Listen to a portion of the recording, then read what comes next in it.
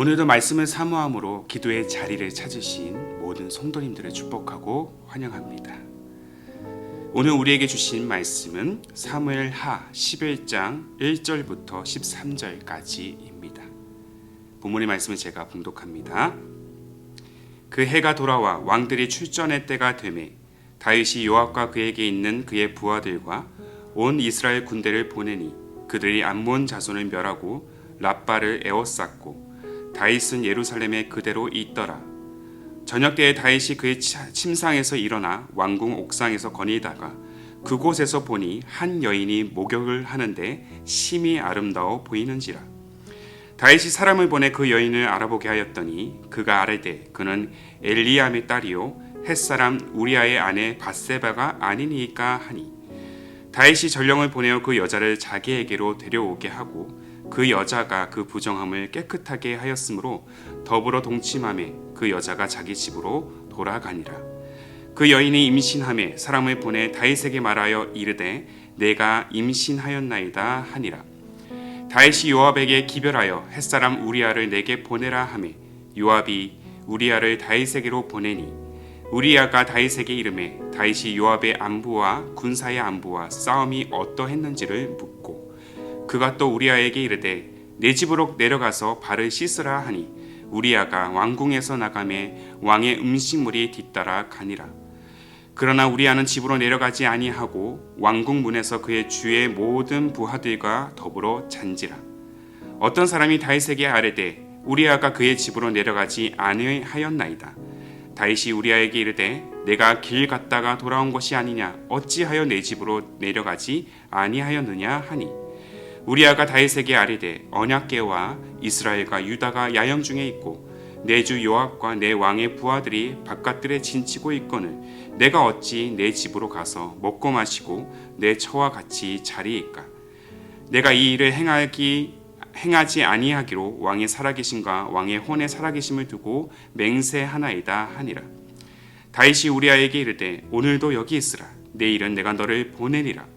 우리아가 그날에 예루살렘에 머무니라. 이튿날 다윗이 그를 불러서 그로 그 앞에서 먹고 마시고 취하게 하니 저녁 때에 그가 나가서 그의 주의 부하들과 더불어 침상에 눕고 그의 집으로 내려가지 아니하니라.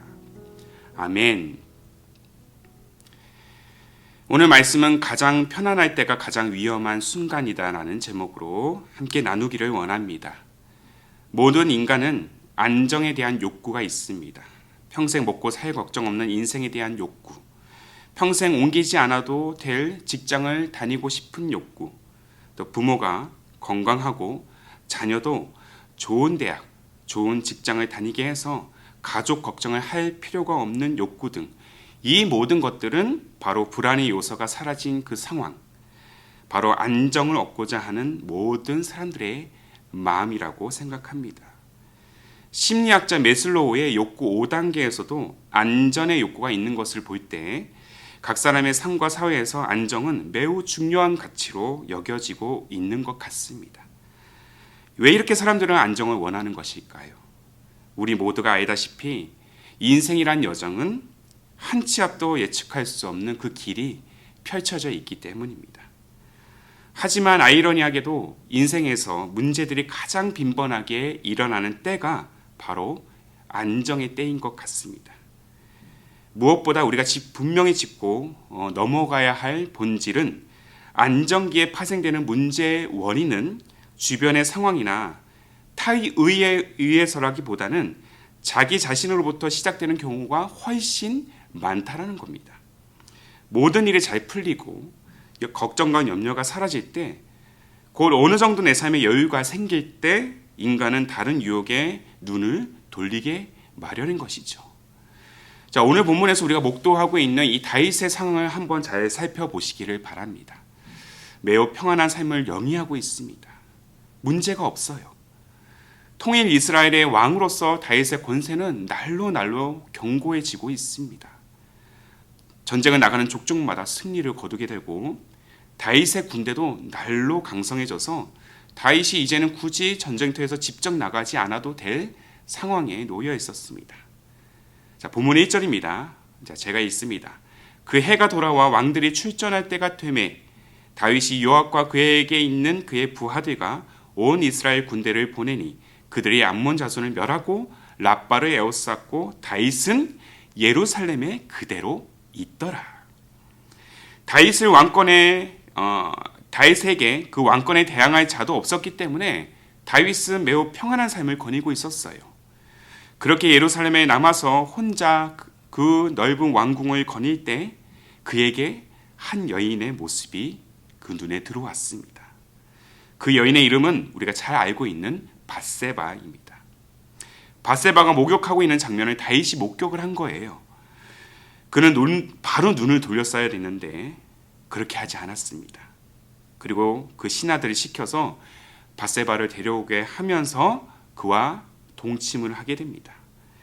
자, 이조차도 다윗에게는 큰 죄악이지만 더 큰 문제는 내일 우리가 살펴볼 밧세바의 남편 우리아를 죽인 사건입니다. 밧세바에게서 자신의 아이가 생김으로 인해서 자신의 과거가 밝혀진 것이 너무 두려워서 자신의 권력을 이용하여 충직한 신하를 죽이기까지 한 겁니다. 이 모든 비극이 여러분들 누구로부터 발생했다고 생각하십니까? 바로 다름 아니라 다윗 자신에게서부터 시작된 것이죠. 그리고 이 비극은 고난과 환난의 때에 발생한 것이 아니라 아주 평안할 때에 다윗이 그 유혹에 넘어간 것입니다. 사랑하는 성도 여러분, 자, 오늘 본문을 통해서 우리가 깨달아야 할 레슨이 있다라면 우리 인생에서 가장 위험한 때는 고난의 때가 아니라 평안할 때입니다.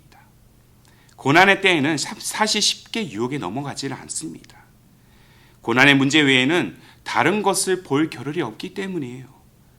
그러나 이 고난의 시절이 끝나고 모든 문제가 해결이 될 때 우리는 유혹에 눈을 돌리기 시작합니다. 이것이 바로 인간이 가진 연약함이자 하나님을 떠나서 죄를 짓고자 하는 인간의 죄의 특성, 죄성이라는 것이죠. 오늘날의 교회가 세상의 유혹에 너무도 쉽게 빠지고 있는 이유, 무너지고 있는 이유, 그것은 너무 편안하고 너무 풍족한 시대를 살고 있기 때문입니다. 어쩌면 우리 믿음이 강한 때는 고난의 때인지도 모르겠습니다. 다윗의 인생도 그랬던 것 같습니다. 사울에 쫓겨 도망자 신세로 살았던 그 수많은 세월, 20년이 넘는 그 시간 동안 다윗은 누구보다 하나님을 신뢰하면서 하나님을 붙들었던 인물이에요. 그러나 모든 고난이 사라지고 평안의 때가 찾아오자 그는 자그마한 유혹을 이기지 못하고 크나큰 범죄를 저지르게 됩니다. 그렇다면 우리의 신앙이 유혹에 빠지지 않기 위해서는 과연 어떻게 해야 되겠습니까? 다윗과 같은 상황에 놓여 있지만 정반대의 모습으로 그 유혹을 떨쳐냈던 한 인물을 우리는 오늘 주목해야 될 것입니다. 바로 우리가 너무나도 잘 알고 있는 꿈의 사람 요셉입니다. 요셉은 자기를 시기하던 형들로부터 그 형들의 속임수로 인해 애굽의 친위대장 보디발의 노예로 팔려갑니다.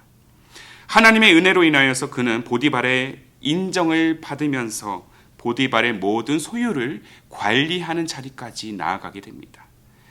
외모가 준수했던 요셉은 보디발의 아내로부터 유혹을 받게 되죠.